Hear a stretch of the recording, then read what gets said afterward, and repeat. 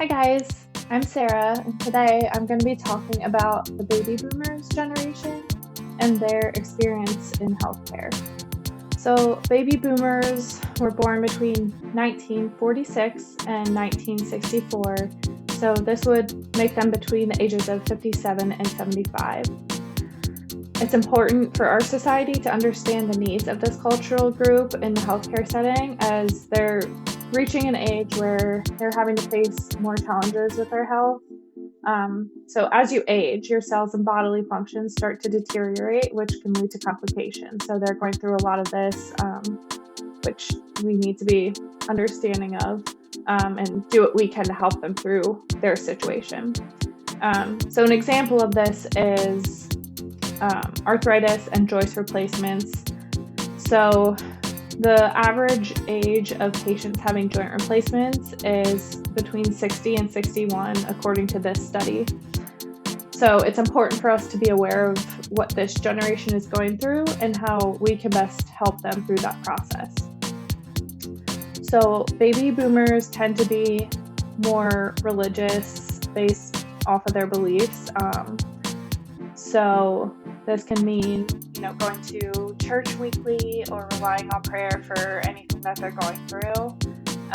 So they also often value their relationships and spending time with their loved ones and family, but they're also very goal-oriented and self-motivated. They've been through a lot of technological advances, which has changed their life a lot. It has helped improve their quality of life by increasing their access to resources that they're able to have access to. And it has also done the opposite, caused some challenges, especially in the healthcare field. I know we personally deal a lot in our clinic with patients from the baby boomer generation. We have a functional outcome tool that they fill out on a tablet, and a lot of them get very frustrated filling that out.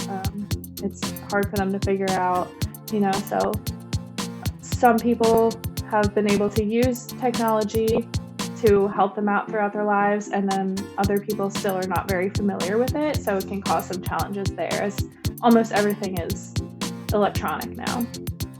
So a lot of people from this time period played a huge role as caregivers for family members and loved ones. So they've been through the process of having to make decisions when it comes to healthcare.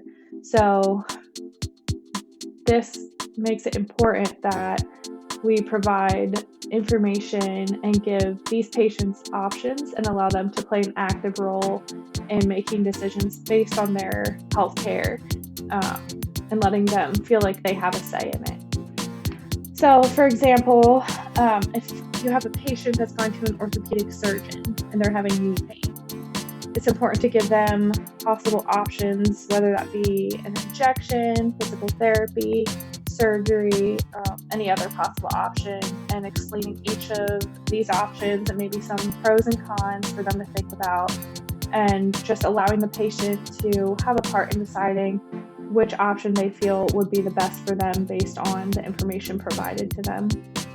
So this approach would allow them to reflect on everything that the information given to them from their healthcare provider, but would again allow them to have a feeling of control over their treatment options.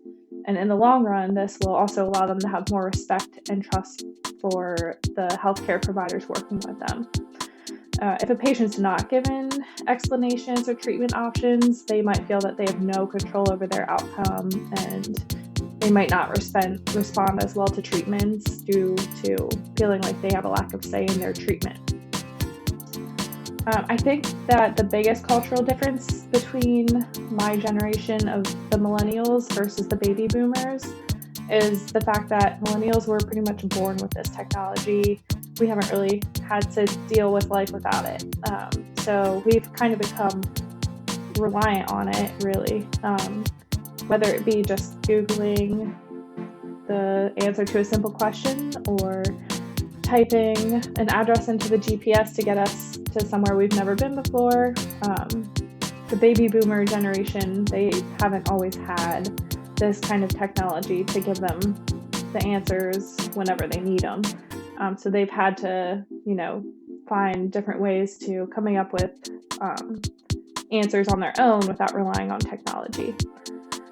This has caused a difference in healthcare, as it seems that millennials don't always necessarily want to be given options, but would rather a healthcare professional tell them what the best option would be for them, or when in doubt, they'll just search online for whatever the best option is.